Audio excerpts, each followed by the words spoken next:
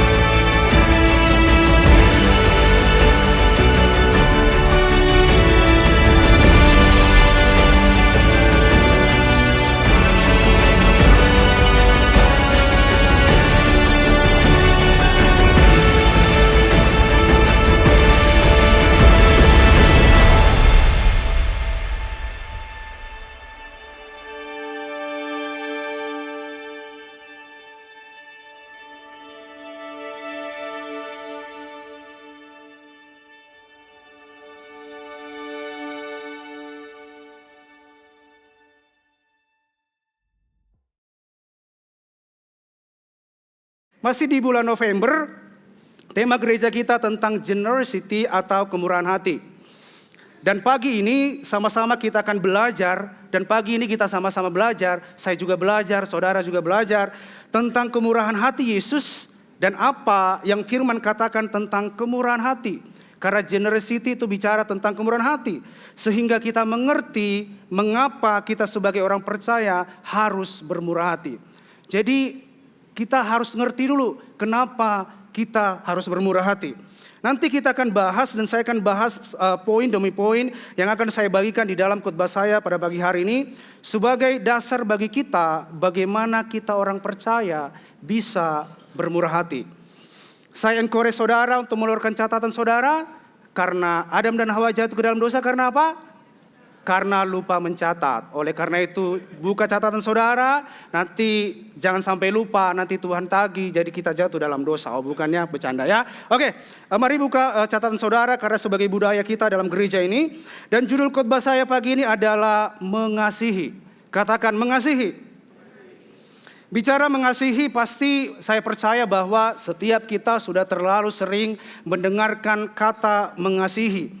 Dan bahkan mungkin di khotbah-khotbah yang saudara dengar, sering saudara dengar dikhotbahkan tentang mengasihi.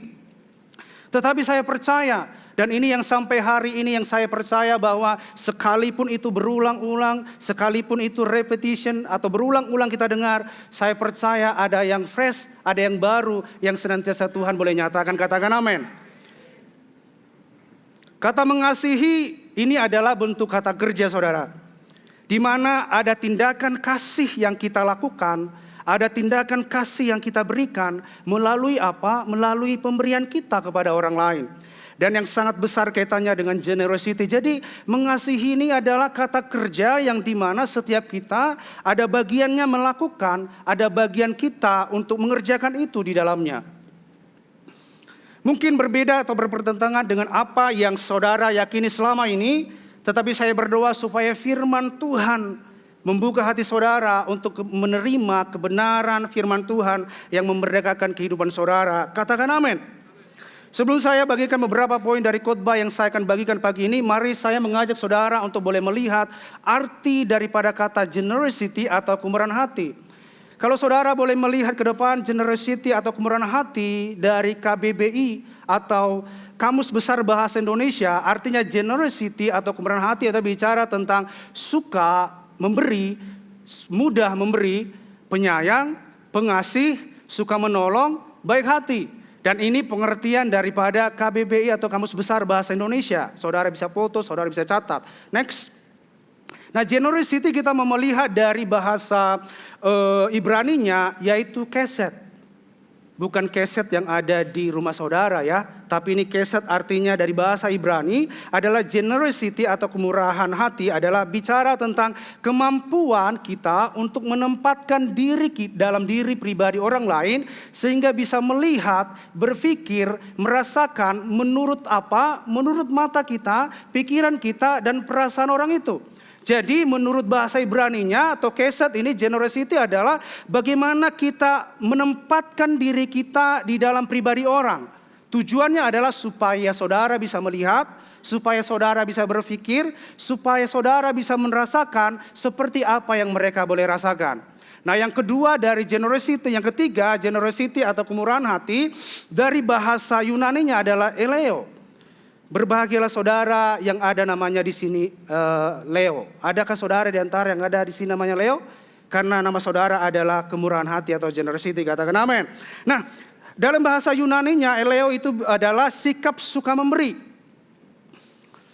suka menolong, berbelas kasihan, bukan sekedar menolong atau mengasihi sesama. Yang paling luar biasanya dari bahasa Yunani ini bicara tentang generosity adalah tetapi juga memberikan pengampunan kepada seseorang yang bersalah. Saya ulang sekali lagi, generosity bicara tentang memberikan pengampunan kepada seseorang yang bersalah. Katakan amin. Kita sebagai orang percaya tentunya Tuhan memanggil kita untuk semakin serupa dan segambar dengan Kristus. Tuhan memanggil setiap kita adalah supaya hidup kita semakin menggambarkan hidup Yesus. Katakan amin. Tentunya menjadi serupa dan segambar bukan berarti kita menjadi sempurna, saudara. Menjadi serupa dan segambar bukan berarti saudara dan saya sempurna. Karena saya percaya di antara saudara, di antara kita semua di sini tidak ada satupun yang sempurna. Katakan amin.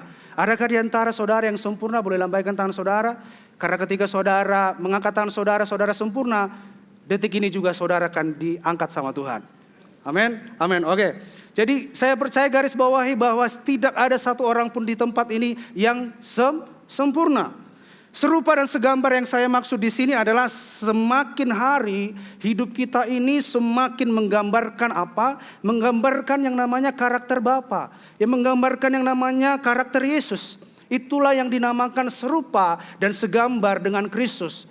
Saya ulang, semakin hari ketika kita serupa dan segambar dengan Kristus adalah semakin hari hidup kita menggambarkan hidupnya Yesus. Hidup kita dan karakter kita menggambarkan karakter Yesus. Karena indikator dan ciri dari seseorang dewasa rohaninya adalah sifat dan karakternya. Sifat dan karakter Bapa ada di dalam diri kita. Itulah yang menandakan kita dewasa di dalam Kristus. Karakter Tuhan itu ada di dalam diri kita. Dan Kristus adalah pribadi yang memiliki karakter kemurahan hati. Sehingga kita hidup di dalam kemurahan Tuhan. Saudara, kalau bukan karena kemurahan Tuhan, kita tidak akan bisa hidup di dalam anugerah Tuhan sampai dengan hari ini. Berbahagialah saudara, saudara dipilih, bukan saudara. Jadi sekali lagi saya mau tegaskan, saudara bukan saudara yang memilih Tuhan, tapi Tuhanlah yang memilih saudara. Hari ini saudara harus berpikir bahwa sebegitu berharganya hidup saudara. Sampai apa? Sampai saudara memilih hidup saudara. Sampai Tuhan memilih hidup saudara. Katakan amin. Anda bisa catat ini, kemurahan Kristus membawa kita hidup di dalam kasih karunia-Nya. Hanya karena kemurahan Kristuslah sehingga kita menikmati segala yang Tuhan beri atas setiap kita sampai dengan hari ini. Tapi waktu menyiapkan khotbah ini ada 2 pertanyaan saudara yang bisa kita renungkan hari ini. Apakah saudara pernah membayangkan, apakah pernah saudara memikirkan jika seandainya Bapa tidak bermurah hati dengan tidak memberikan anak yang tunggal untuk menebus setiap kita? Pernahkah saudara terpikir bahwa bagaimana seandainya Bapa tidak memberikan Yesus kepada kita untuk dikorbankan, untuk disalibkan di dalam setiap kehidupan kita? Pertanyaan yang kedua yang timbul ketika saya mempersiapkan khotbah ini, apakah saudara pernah membayangkan atau pernah saudara berpikir jika Yesus tidak bermurah hati dan tidak memberikan dirinya mati di atas kayu salib? Kalau Bapa tidak bermurah hati memberikan anaknya kepada kita, kalau seandainya Bapa tidak memberikan Yesus kepada setiap kita, pertanyaannya adalah bagaimana hidup kita sekarang ini? Hanya satu jawabannya. Kita akan hidup di dalam kesia-siaan dan hidup di dalam kematian. Katakan amin. Berbahagialah saudara, saudara tadi dipilih, saudara ditebus, saudara Yesus mati buat saudara. Karena apa? Karena begitu murah hatinya Yesus kepada setiap kita. Katakan amin. Saudara boleh catat ini, kematian Yesus di kayu salib adalah kemurahan hati terbesar yang kita rasakan. Jadi kemurahan hati yang terbesar yang kita bisa rasakan itu bukan datang dari suami saudara, bukan datang dari istri saudara, atau dari anak-anak saudara, teman saudara. Tetapi kemurahan yang terbesar itu datang daripada Yesus untuk hidup saudara. Dan saya mau sampaikan bahwa itu pun sudah saudara terima sempurna. Itu sudah saudara terima penuh dan sempurna, baik dulu, sekarang, sampai selama-lamanya. Jadi kemurahan Yesus itu sudah kita terima dengan sempurna. Bukan dengan apa yang saudara kerjakan, tetapi saudara sudah menerima secara utuh, saudara sudah menerima secara penuh, dan saudara sudah menerima secara sempurna kemurahan Yesus, yaitu hidup Yesus diberikan kepada saudara. Oke, itulah kemurahan terbesar yang kita sudah terima daripada Tuhan. Buktinya di mana? Mari sama-sama kita baca Yohanes 3 ayat 16. Yohanes 3:16 berkata, boleh sama-sama kita baca, 1, 2, 3. Karena begitu besar kasih Allah akan dunia ini, sehingga ia telah mengaruniakan anak yang tunggal, supaya setiap orang yang percaya kepadanya tidak binasa, melainkan beroleh hidup yang kekal. Katakan amin. Kalau kita boleh baca Yohanes 3 ayat 16 ini adalah di mana kata pertamanya, karena begitu besar kasih Allah. Karena sungguh luar biasanya lah kasih Allah. Akan siapa? Akan saudara dan akan saya. Sehingga apa? Sehingga dia memberikan Yesus, anak yang tunggal, yang sungguh berharga itu buat hidup saudara. Kalau saya boleh katakan dengan kata murah hati, karena begitu bermurah hatilah Allah kita. Akan siapa? Akan saudara. Sehingga dia memberikan yang terbaik daripada dirinya buat hidup saudara. Karena apa? Kembali lagi, karena hidup saudara, hidup saya begitu teramat dikasihi oleh Tuhan. Begitu teramat dicintai oleh Tuhan. Begitu teramat dimuliakan dan juga berharga di mata Tuhan. Katakan amin. Jadi kalau hari ini saudara jangan sampai melihat saudara, hidup saudara menjadi hidup yang biasa-biasa saja. Karena saudara ini seharga darah Yesus. Bukan seharga darah kambing domba. Tapi seharga satu nyawa diberikan kepada hidup saudara. Karena harga nyawa itu gak ada batasan dan gak bisa dibeli dengan apapun. Katakan amin. Kemurahan hati sama dengan mengasihi. Tanpa Anda mengasihi, Anda tidak akan bermurah hati. Sekali lagi saya sampaikan bahwa tanpa mengasihi, saudara tidak akan bisa bermurah hati. Bukan berarti karena Anda sudah memberi, belum tentu Anda bermurah hati. Tetapi jika Anda mengasihi, pasti Anda bermurah hati. Jadi ini benar dulu. Mengasihinya dulu yang terlebih dahulu, baru memberi, daripada memberi baru mengasihi. Karena kalau saudara memberi tanpa kasih, saudara bukan disebut sebagai murah hati. Tetapi ketika saudara mengasihi orang itu, makanya tadi beberapa pengertian itu saya sampaikan di awal kepada saudara, bahwa ketika kita mengasihi orang dan ketika kita memberi, hendaklah kita boleh mengasihi orang itu. Jadi dasarnya adalah saudara mengasihi orang itu, sehingga dengan sendirinya saudara akan memberi itu. Jadi tidak ada lagi paksaan kepada saudara. Karena apa? Karena saudara mengasihi orang yang saudara beri. Paham ya maksudnya ya? Jadi karena dasar kasih itulah yang mendorong saudara untuk memberi. Sehingga saudara tidak lagi dipaksa. Sehingga saudara tidak lagi diomongin berkali-kali untuk memberi. Kalau ketika kita benar dasarnya karena dasar kasih, saudara akan secara otomatis untuk memberi. Makanya pernah Pastor J.P. Rahmat berkata bahwa jangan fokus kepada apa yang akan datang sendirinya.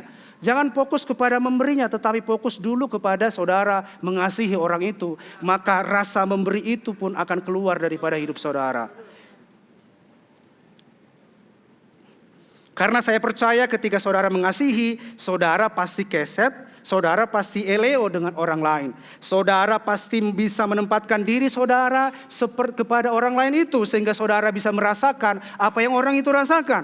Saudara juga pasti akan eleo. Artinya adalah saudara akan memberi, saudara akan secara otomatis menolong orang. Ketika orang butuh bantuan, saudara akan dengan sendirinya akan menolong mereka. Saudara akan berbelas kasihan bahwa saudara tidak hanya sekedar menolong, tetapi saudara mengasihi mereka, tetapi juga memberikan pengampunan kepada mereka.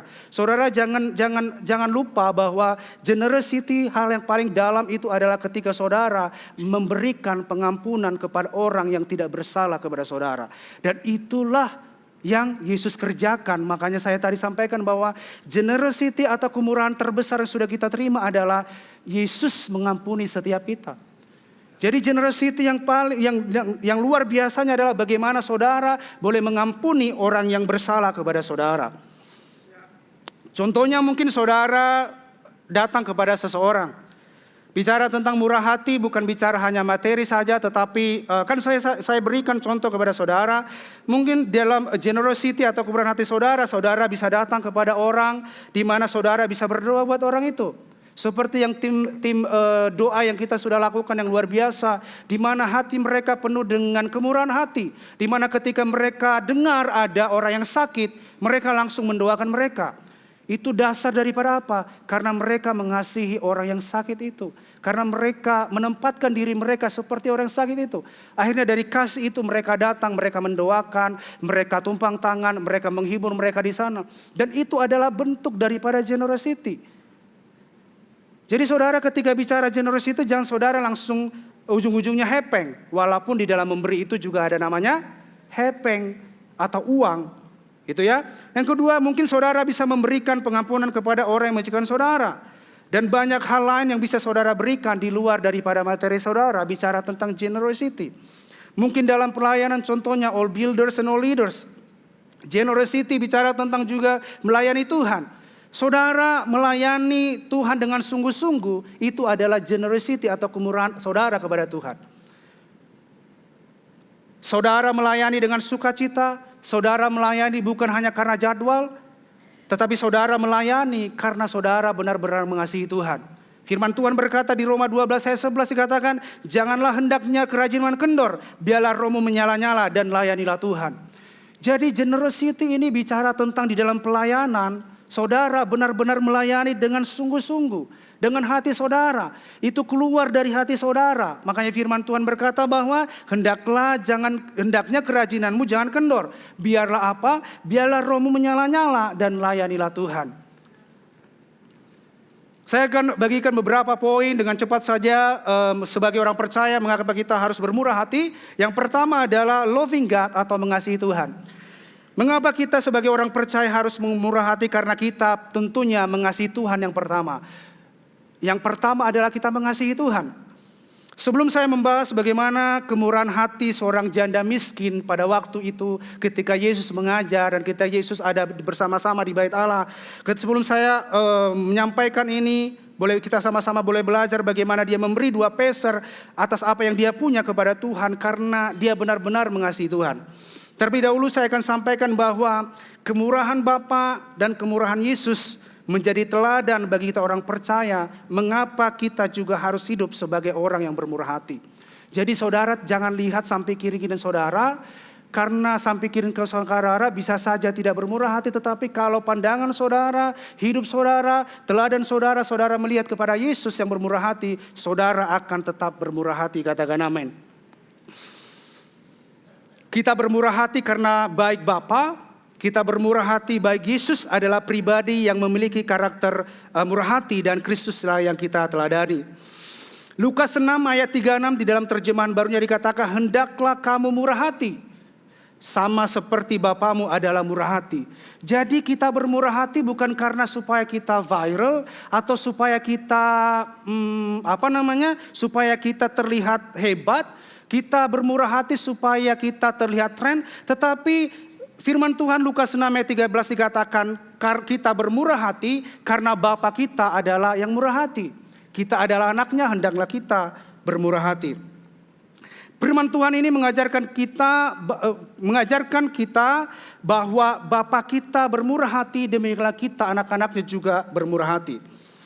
Pertanyaannya adalah siapa yang kita teladani dalam hidup kita? Apakah kita teladani prinsip dunia atau meneladani Bapa yang sudah bermurah hati memberikan hidupnya kepada kita? Jadi jangan sampai kita meneladani prinsip daripada dunia, karena dunia mengajarkan kita untuk apa? Dunia mengajarkan kita kalau kamu beri, saya akan beri. Take and give. Tetapi Yesus mengajarkan kita ketika kita memberi, kita tidak menerima, kita tidak berharap untuk imbalan itu. Karena itu adalah kasih. Karena kasih itu tidak ada menuntut balasan. Bagaimana Yesus pada waktu itu, Bapa pada waktu menuntut balasan atas setiap kita? Habislah kita, kan begitu. Jadi bermurah hati ini tidak ada hubungannya dengan imbalan yang kita terima.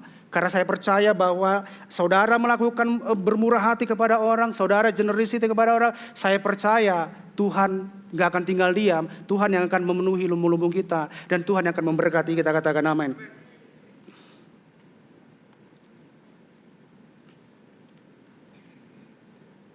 Bicara tentang generosity, tidak sedikit dari orang berpikir bahwa hanya karena seorang sudah memberi, artinya sudah bermurah hati. Kalau ini esensi kita saudara hari ini, kalau ini kita punya esensi bahwa kita berpikir bahwa hanya karena kita sudah memberi, artinya kita sudah bermurah hati. Pertanyaan adalah, bukankah orang yang tidak percaya sekalipun, bukankah orang yang tidak percaya sekalipun bisa memberi lebih banyak daripada kita orang yang percaya? Karena kalau ini salah, maka kita akan punya mindset bahwa kemurahan hati diukur dari seberapa besar kita memberi.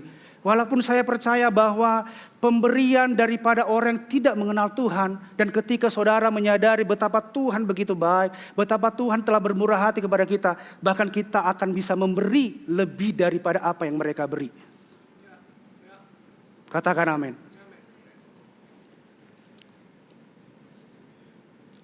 Saudara bisa catat ini, pemberian yang berasal dari kemurahan hati adalah benih atau kehidupan.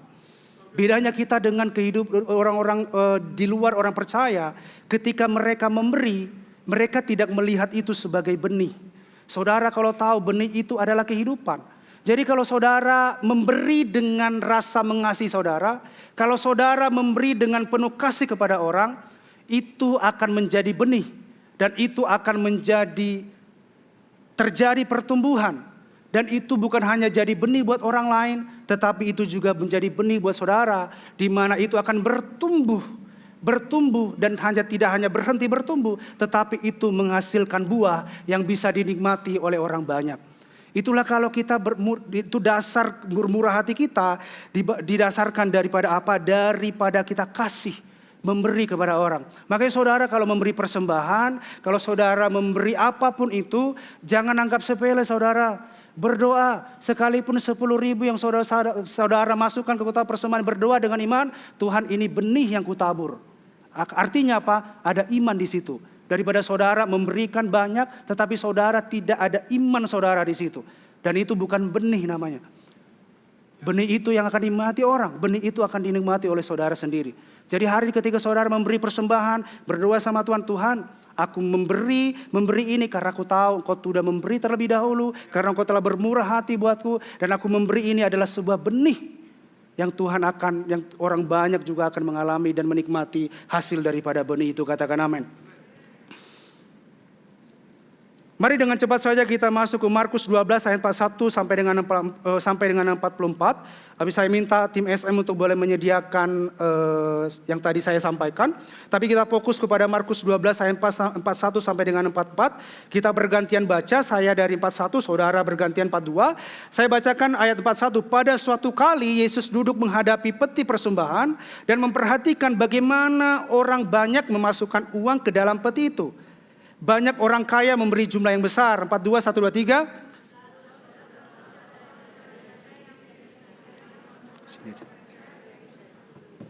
Maka dipanggillah murid-muridnya dan berkata kepada mereka, aku berkata kepadamu, sesungguhnya janda miskin ini memberi lebih banyak daripada semua orang yang memasukkan uang ke dalam peti persembahan. Ayat 44.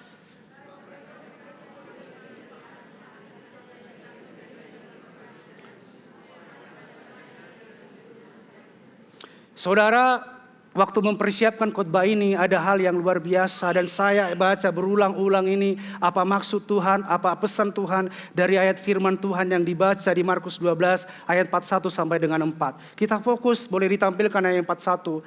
Saya bacakan sekali lagi. Pada suatu kali Yesus, saya coba ilustrasikan ini dengan bahasa yang sederhana, semoga saudara mengerti apa in spirit yang dibicarakan tentang Yesus yang sedang disampaikan oleh Yesus kepada orang-orang pada waktu itu. Ini kursi bukan karena saya capek, tetapi saya mau ilustrasikan kepada saudara. Mungkin ada tadi yang saya bilang sama Dinda untuk boleh, apakah ini bisa, nggak apa-apa ya. Semoga ini bisa menggambarkan, karena saya dari tadi tidak terpikir untuk boleh bawa yang lebih besar. Mungkin ini saya.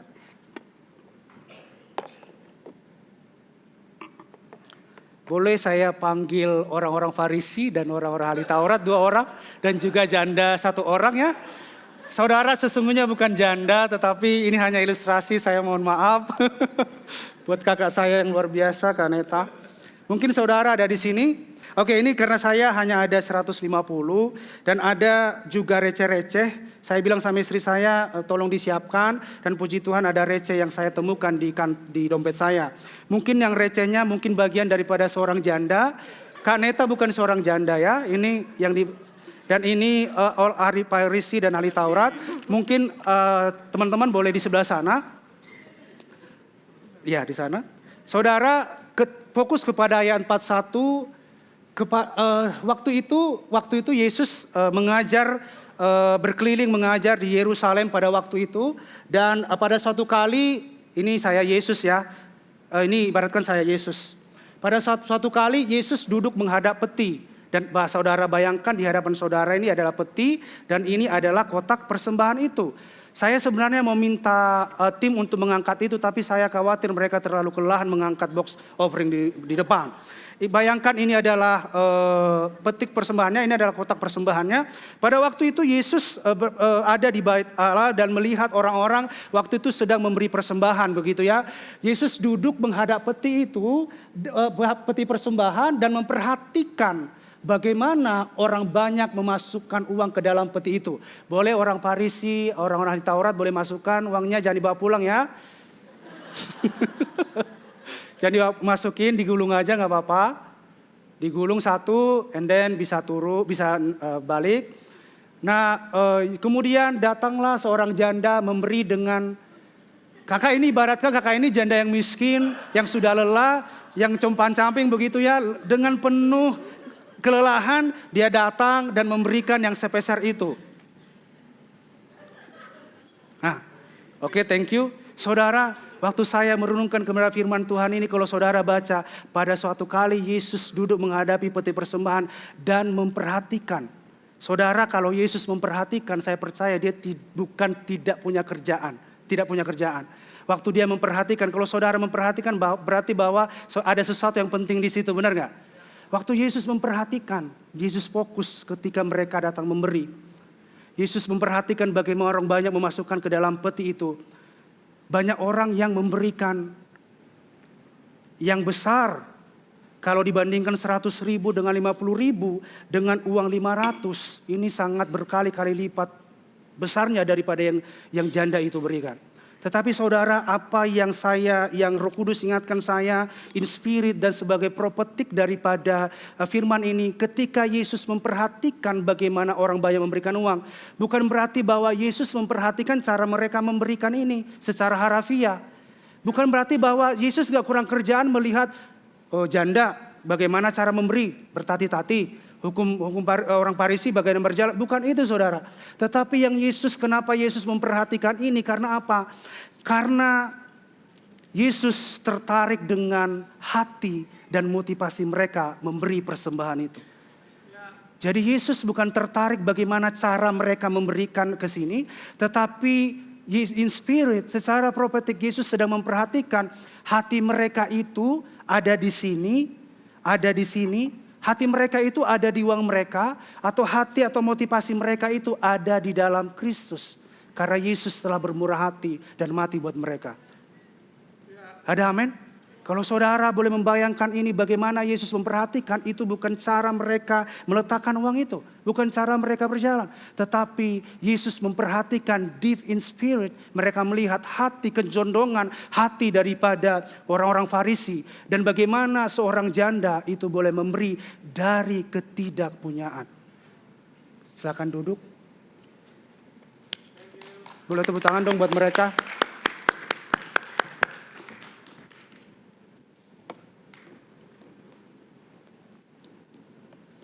Ayat 42 dikatakan, lalu datanglah seorang janda yang miskin, dan ia memasukkan 2 peser, yaitu 1 duit. Saya percaya bahwa janda yang miskin ini makan aja susah.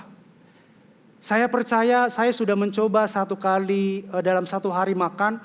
Saya agak lemas ya, karena saya lagi puasa intermittent ya. Ketika kita mencoba berpuasa, kita tidak makan, pasti daging kita lemah. Dan saya percaya waktu janda itu datang ke dalam bait Allah, bersusah payah datang memberi, bukan hanya karena uang itu saja, tetapi usaha dia datang kepada Tuhan, usaha dia datang kepada bait Allah itu untuk memberi, itu hal yang luar biasa yang saya boleh lihat di dalam ayat ini. Maka ketika janda miskin itu memberi dengan 2 peser, maka dipanggilnya, Yesus panggil murid-muridnya. Dan Yesus bilang, hei, sini kalian murid-muridku, katanya. Aku mau ngomong sama kalian sesuatu hal yang penting yang kalian gak tahu gitu ya. Jadi waktu itu Yesus bilang, datang ke sini, datang kemari, katanya. Saya mau sampaikan kepada kalian bahwa apa? Sesungguhnya kalau kalian lihat, janda miskin ini memberi lebih banyak daripada semua orang yang memasukkan uang ke dalam peti persembahan. Tapi yang saya amazed adalah bahwa Tuhan sedang bukan masalah jumlahnya yang Tuhan mau sampaikan kepada murid-muridnya pada waktu itu. Tetapi yang Tuhan mau bilang adalah, mau Tuhan sampaikan pesannya adalah bahwa bukan masalah tentang seberapa besar yang kau beri, tetapi seberapa besar hatimu condong, apakah hatimu condong kepada uang atau condong kepada Tuhan. Karena kalau saudara condong kepada uang ini, saudara akan sulit, saudara. Seperti Pastor Dela kemarin sampaikan bahwa daging itu sangat sulit untuk memberi. Tapi kalau kita memberi, itu berasal daripada Tuhan. Jadi kalau orang-orang Farisi, orang-orang ahli Taurat itu ketika mereka memberi, mereka condong kepada apa yang mereka punya. Tetapi waktu janda ini fokus kepada Tuhan, mengasihi Tuhan, dia gak peduli tuh kasih semuanya. Dia gak peduli tuh bahwa hari ini saya mau makan apa. Jelas memang di dalam Alkitab ini tidak jelasin lagi tentang janda ini. Tetapi saya mau sampaikan bahwa ketika janda ini pulang dan memberi itu, saya percaya Tuhan gak diam kok sama dia. Tuhan gak mungkin gak memberkati dia. Karena apa? Karena dia sudah duluankan Tuhan. Karena kecondongan hatinya tidak ada kepada apa? Kepada materi itu. Mungkin hari ini saudara saya juga pernah mengalami ini, bagaimana ketika mungkin lumbung-lumbung kita lagi tidak terisi penuh, membayar apapun itu sepertinya susah. Tetapi saudara, gak ada hal yang lain selain saudara datang ke Tuhan. Karena sumber berkat saudara, sumber daripada pendapatan saudara itu semua berasal daripada Tuhan. Jangan bergantung kepada seseorang. Jangan bergantung kepada seperti yang kelihatan itu membantu saudara. Tetapi bergantunglah sepenuhnya kepada Tuhan. Kenapa saya sampaikan seperti itu? Karena apa? Karena Tuhan bisa akan memakai orang lain untuk memberkati saudara.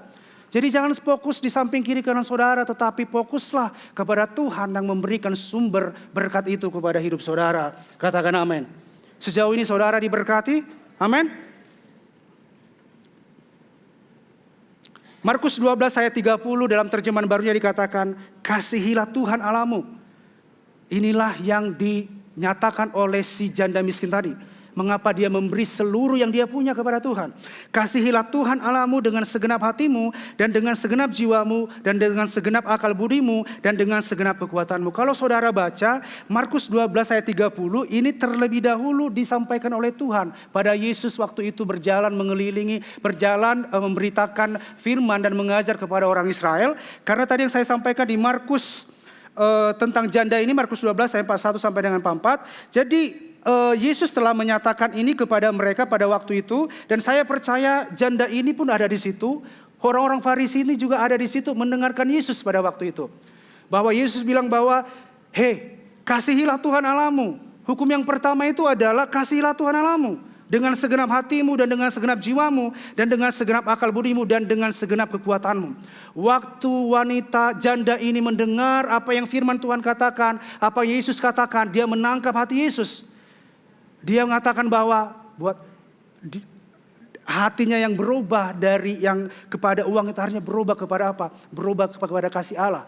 Karena Yesus bilang bahwa hukum yang pertama itu adalah kasihilah Tuhan Allahmu dengan segenap hatimu, maka semuanya akan ditambahkan. Matius berkata bahwa carilah dahulu kerajaan Allah dan kebenarannya, maka semuanya akan ditambahkan kepadamu. Dengar baik bahwa hidup memang butuh makan, hidup butuh uang. Tetapi kalau kita menempatkan uang pada tempatnya dan menempatkan hati kita, kecondongan hati kita kepada Yesus, saya percaya Tuhan gak pernah biarin kita kok. Gak ada firman kalau dari tempat ini kalau saya salah nanti kita bisa bertemu di depan. Saya bisa klaim saudara bahwa janji Tuhan gak pernah tidak buat saudara. Janji Tuhan, firman Tuhan katakan ya dan amin. Sekarang saudara percaya yang mana? Saudara percaya kepada kenyataannya, atau saudara percaya kepada apa yang Yesus sanggup lakukan untuk memberkati hidup saudara? Ada di dalam pilihannya, ada dalam hidup saudara. Tapi ketika janda ini mengerti hati Tuhan, mengerti bahwa mengasihi Tuhan itu lebih penting, enggak bersungut-sungut tuh, dia beri yang terbaik, dia enggak bersungut-sungut tuh, kasih yang terbaik, padahal itu sisa untuk hidupnya, untuk makan. Yang kedua yang mau saya sampaikan adalah loving people atau mengasihi sesama. Markus 12 ayat 31 sampai 34. Dan hukum yang kedua ialah apa? Setelah Yesus bilang kasihilah aku, lalu Yesus bilang hukum yang kedua yang kalian harus ketahui adalah tidak hanya di hukum yang pertama, tetapi Yesus mengajarkan kita apa? Yesus mengajarkan supaya kasihilah sesamamu manusia seperti dirimu sendiri. Tidak ada hukum lain yang lebih utama daripada kedua hukum ini. Waktu saudara menangkap isi hati Tuhan, saudara mengasihi Tuhan, Tuhan bilang apa? Tidak hanya berhenti mengasihi Tuhan, tetapi saudara harus next step, saudara harus mengasihi sesama saudara dan memberi kepada sesama saudara. Katakan amin. Amin. Amin. Jadi jangan sampai di hukum yang pertama saja, di hukum yang kedua. Karena kalau hukum yang pertama dan kedua tidak sama-sama kita kerjakan, orang gak akan melihat kemurahan hati Yesus dalam hidup kita. Amin.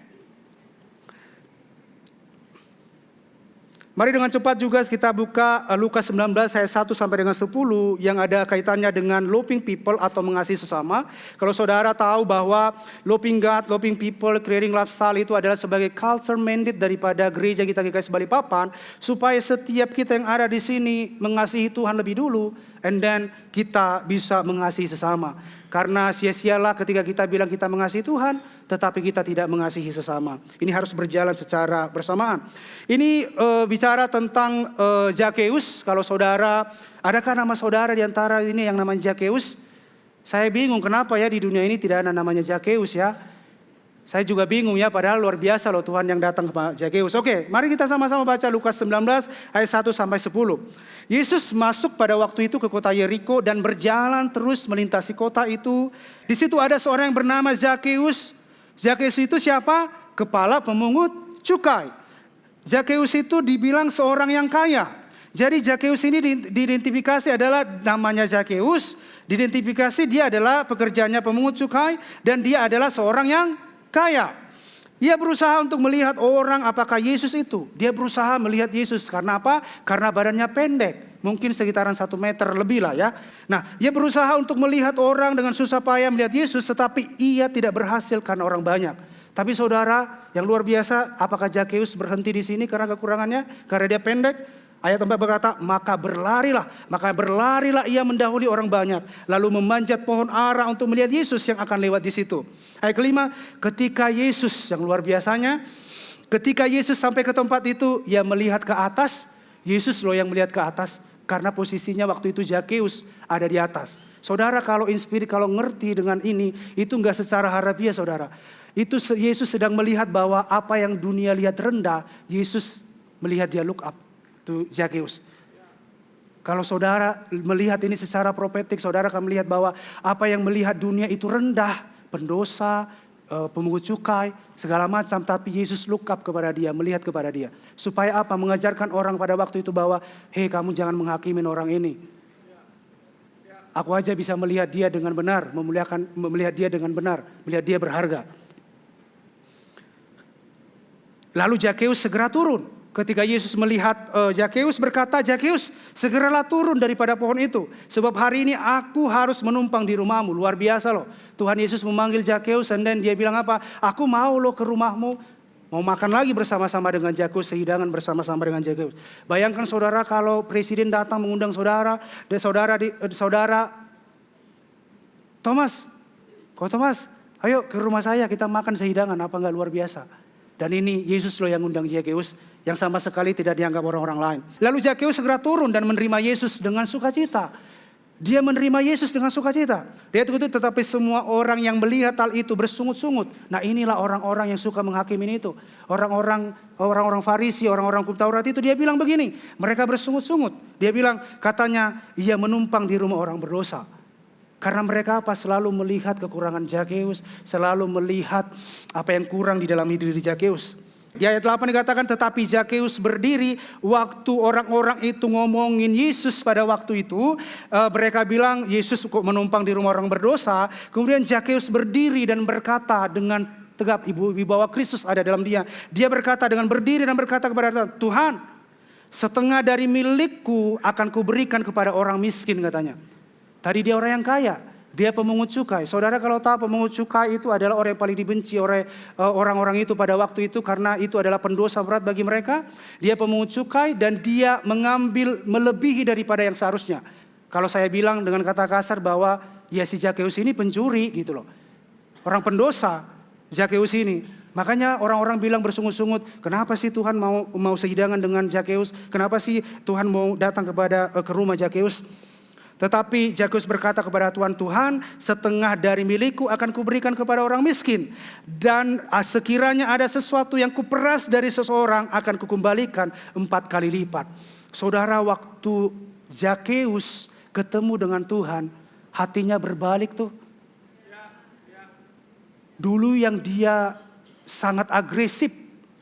Kalau kita bilang profil resikonya itu agresif ya. Agresif, bahkan high agresif kepada uang. Tapi ketika dia datang kepada Tuhan, dia ketemu sama Tuhan. Kecondongan hatinya kepada uang itu diubah tuh sama Tuhan. Dan dia responnya artinya apa? Dia sampai bilang, Tuhan aku akan memberikan setengah daripada milikku. Kalaupun ada yang kuperas lagi, aku akan kembalikan 4 kali lipat. Kemurahan hati ketika dia melihat Yesus, bertemu Yesus, kemurahan hati daripada seorang Zakheus itu muncul. Dan dia enggak pikirin tuh nominalnya, dia enggak pikirin karena yang dia pikirkan bahwa harta yang dia kumpulkan itu adalah sementara saja. Saudara, mau seberapa pun yang kita boleh kalau kita sudah mati enggak ada yang bisa dibawa. Jadi Zakheus melihat itu bertemu dengan Yesus, mindsetnya diubahkan. Kecondongan hatinya kepada harta itu diubahkan. Zakheus Tuhan pilih walaupun dia pendek. Saudara harus bersyukur karena apa? Ada kehebatan di dalam diri orang yang pendek saudara. Jangan melihat itu sebagai keterbatasan saudara. Tapi itu adalah kelebihan saudara sama seperti Zakheus. Dia pendek, dia berdosa, dia enggak masuk hitungan orang-orang pada waktu itu. Dia orang yang paling dibenci sama mereka. Tetapi Tuhan memperhitungkan dia karena apa? Karena dia datang sama Tuhan, dia melihat bahwa apa yang dia cari selama ini adalah kesia-siaan bagi dia. And then artinya apa? Dia memberikan sepenuhnya apa yang dia punya. Dia memberikan setengah yang dia punya. Dan dia bilang sama Yesus bahwa kalau ada yang dia peras, akan dia berikan 4 kali lipat daripada apa yang dia punya. Ada 3 pribadi yang Yesus sedang ajarkan kepada setiap kita. Khotbah saya akan selesai dengan ini. Ada 3 pribadi yang Yesus sedang ajarkan kepada setiap kita tentang kemurahan hati yang dicatat di Markus 12 dan di Lukas 19, saudara. Kita belajar daripada bagaimana seorang janda miskin memberi, hatinya tidak condong kepada apa yang dia beri, tetapi Tuhan melihat motivasi dan hatinya ketika memberi. Yang kedua adalah bagaimana orang kaya memberi. Di orang-orang Farisi, orang-orang hukum Taurat, ini adalah orang-orang yang kaya juga di Markus 12. Dan juga Zakeus adalah orang yang kaya juga yang disebutkan di Lukas 19. Dan dari Zakeus juga kita bisa belajar bagaimana Zakeus orang yang kaya, pengungut cukai, diklaim orang yang hina dan berdosa. Tapi kalau saudara bisa bandingkan di Markus 12 ada orang kaya yang memberikan persembahan. Dengan ada orang kaya di Lukas 19 memberikan persembahan yaitu Zakeus. Apakah saudara menemukan perbedaan yang luar biasa antara kedua orang kaya ini? Jadi saudara jangan sampai berpikir bahwa saudara mau jadi seperti janda miskin aja gitu ya, enggak.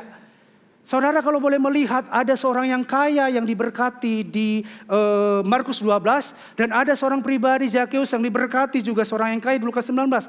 Tapi saudara bisa melihat hati mereka yang beda saudara. Sama-sama kaya loh.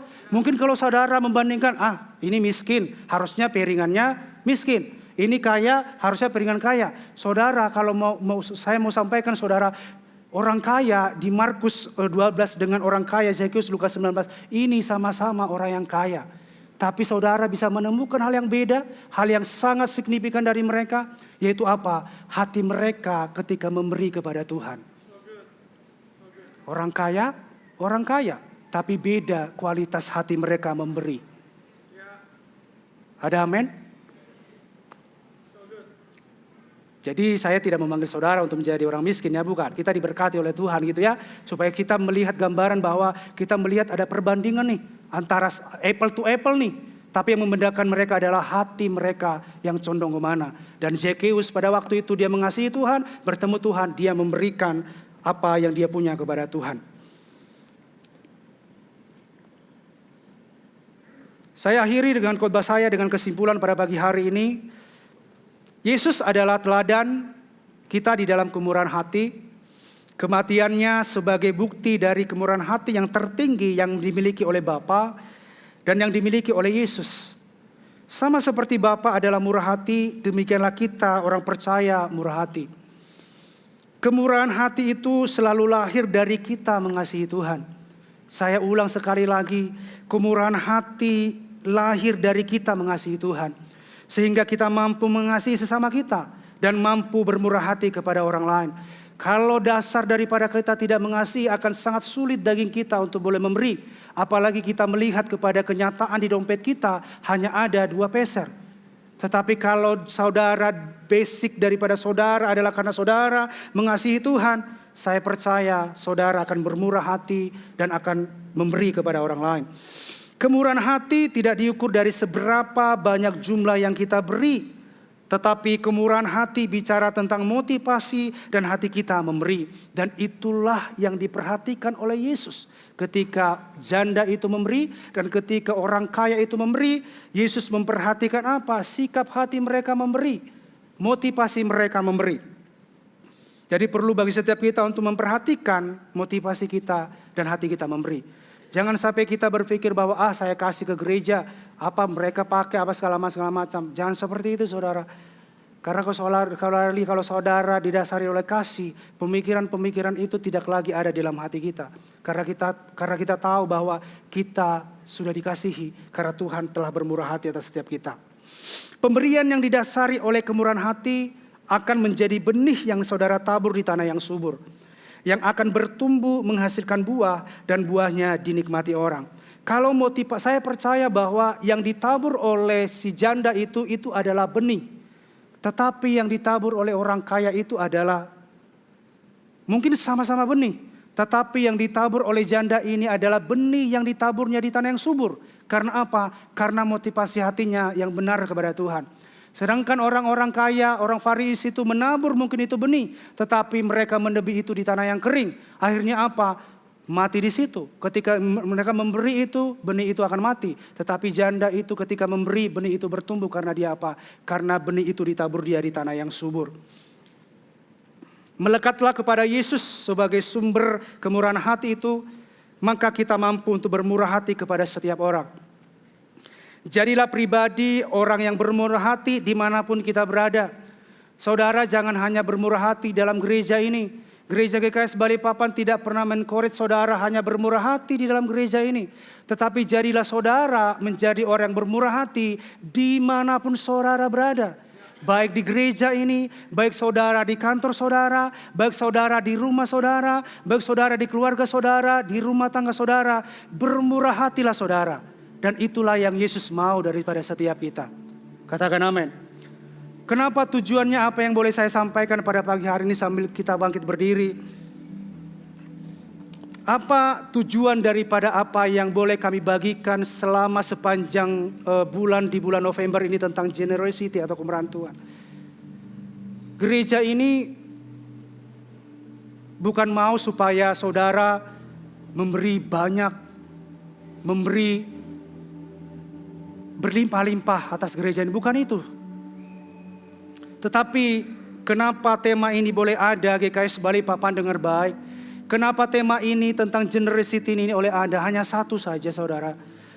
Matius 5 ayat 6 mencatat, demikianlah hendaknya terangmu bercahaya. Demikianlah hendaknya terangmu GKS Balikpapan, jemaat GKS Balikpapan bercahaya di mana? Di depan orang. Supaya apa? Supaya mereka melihat perbuatanmu yang baik dan memuliakan Bapamu yang di sorga.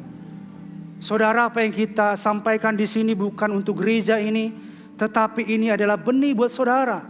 Karena ketika saudara, hati saudara benar, saudara memberi segala sesuatunya dengan bermurah hati, tidak condong kepada apa yang saudara beri, tidak condong kepada nilai yang saudara beri, itu akan tumbuh, akan jatuh di tanah yang subur. Benih itu akan tumbuh di tanah yang subur, yaitu memberkati saudara. Benih yang tumbuh di tanah yang subur, saya percaya tidak hanya berhenti dia pohonnya besar, tetapi akan berbuah.